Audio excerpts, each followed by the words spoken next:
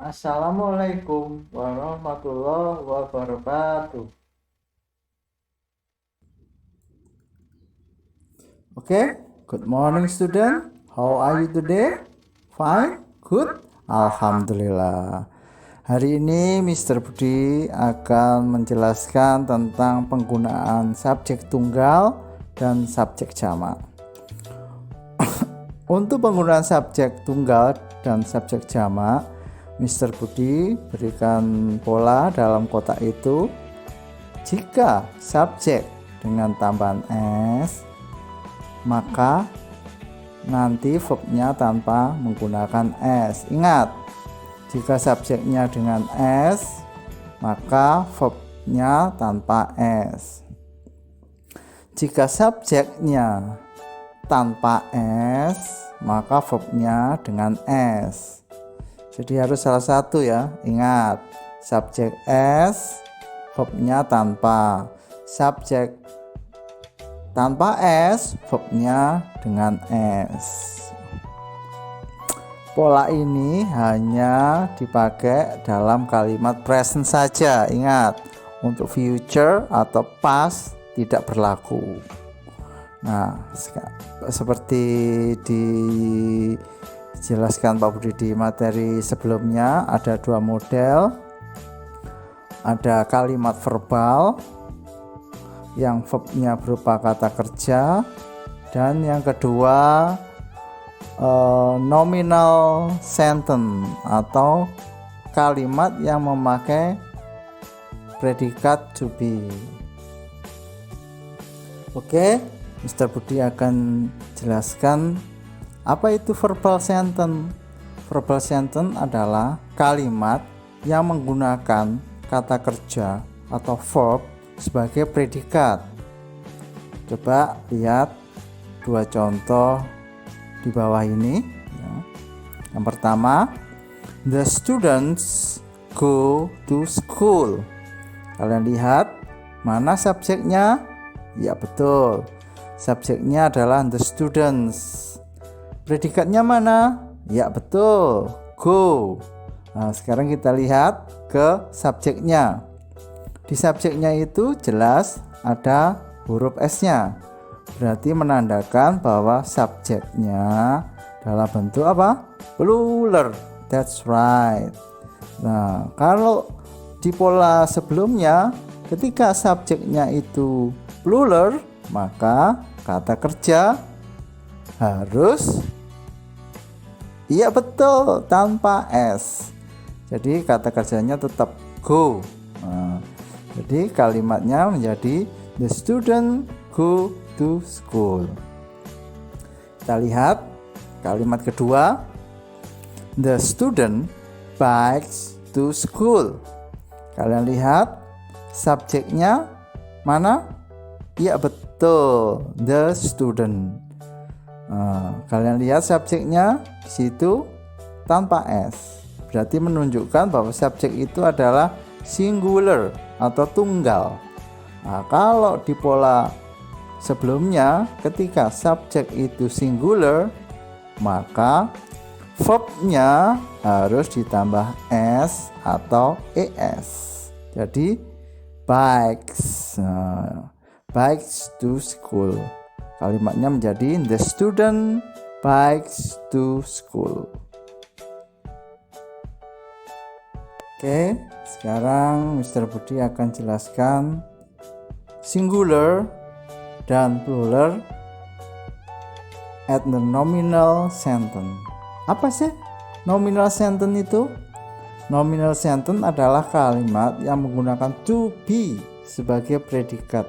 Nah, anak-anak tentu tahu kan apa itu to be? Ya, kata kerja bantu. Itu bisa berupa is, are, am untuk present, was, were untuk past tense.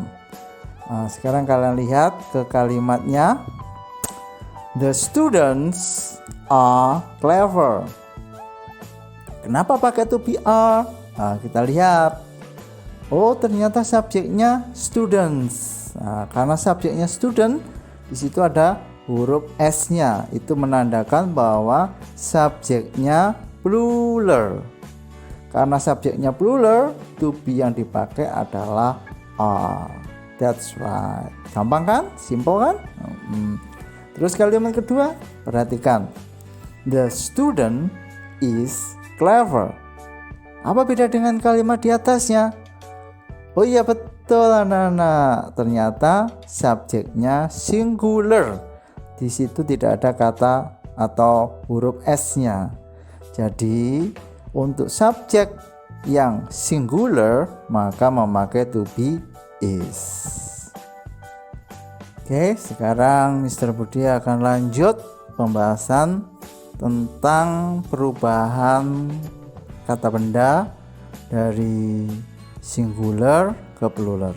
Ada dua jenis perubahan kata benda dari tunggal ke jamak. Ada yang pertama disebut regular plural. Apa itu regular plural? Regular plural adalah perubahan noun atau kata benda dari singular menjadi plural secara beraturan, yaitu adanya penambahan s atau es di akhir kata. Sebagai contoh, Mr. Budi berikan di sebelah kanan, ya, itu lihat ada kata the students. Berarti itu menunjukkan bahwa muridnya tidak hanya satu, more than one, lebih dari satu. Itu kalau di bahasa Indonesia kan kurang lebihnya artinya murid-murid. Terus ada lagi kata the books. Nah, itu ada kata s-nya juga di akhir kata, di akhir frase itu.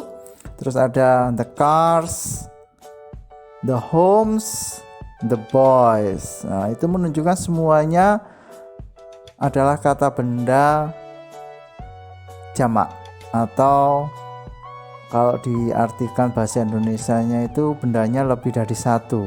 The books berarti buku-buku, more than one books. The cars, ya, mobil-mobil, more than one car. The homes berarti perumahan, karena rumahnya tidak hanya satu. And the boys berarti anak-anak laki-laki, more than one boy.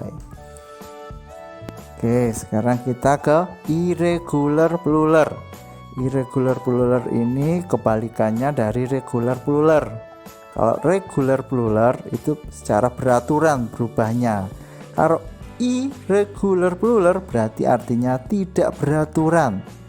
Ya, jadi perubahan dari singular menjadi pluralnya secara tidak beraturan. Nah, Pak Budi akan kasih contoh.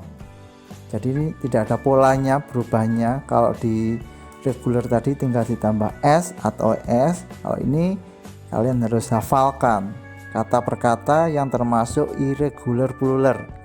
Di situ ada person, child, mouse, tooth, foot, man, woman. Tahu kan artinya? Ya, itu masih dalam bentuk singular word. Nah, sekarang kita rubah ke plural wordnya, ke kata jamaknya. Person jadi people, child jadi children, mouse jadi mice, tooth jadi teeth, foot jadi feet, man jadi man. Nah, sama kalau ini pronunciation-nya hampir mirip. Woman, women. Gitu ya. Jadi kalian harus hafalkan. Ini tidak ada polanya karena. Oke, untuk mengetahui pemahaman kalian terhadap penjelasan yang sudah Mr. Budi berikan di awal, ini ada beberapa contoh soal. Nah, tadi polanya kalau subjeknya singular maka verbnya harus ditambah s. Kalau subjeknya plural maka verbnya tanpa s. Betul. Ayo perhatikan. Nomor 1, my parents. Nah, itu menunjukkan bahwa subjeknya adalah jamak atau plural. Nah, oleh karena itu to be yang cocok adalah Iya betul, are. My parents are taking us to the zoo. Nomor 2, the teachers. Nah, itu ada s-nya, teachers-nya, menunjukkan bahwa itu subjek plural. Oleh karena itu to be-nya harus are. The teachers are meeting in the headmaster room. Oke, number 3, some people. Subjeknya some people, berarti plural. Harus diikuti kata kerja tanpa s. That's right. Berarti some people like watching movie. The last number, the blah blah blah are playing at the yard. Are playing, berarti to be-nya to be plural. Kalau to be-nya plural, berarti subjeknya harus plural juga. Ya, that's right. Berarti yang dipilih adalah the children are playing at the yard. Oke, itu tadi video pembelajaran yang bisa Mr. Budi sampaikan untuk minggu ini. Untuk tugas minggu ini, buka buku paket halaman 99, task 11, kerjakan 4 soal itu di buku tulis. Setelah itu foto pekerjaan kalian dan kirim ke nomor WhatsApp Mr. Budi. Oke, itu yang bisa Mr. Budi sampaikan pada kesempatan kali ini. Thank you for watching. Wassalamualaikum warahmatullahi wabarakatuh.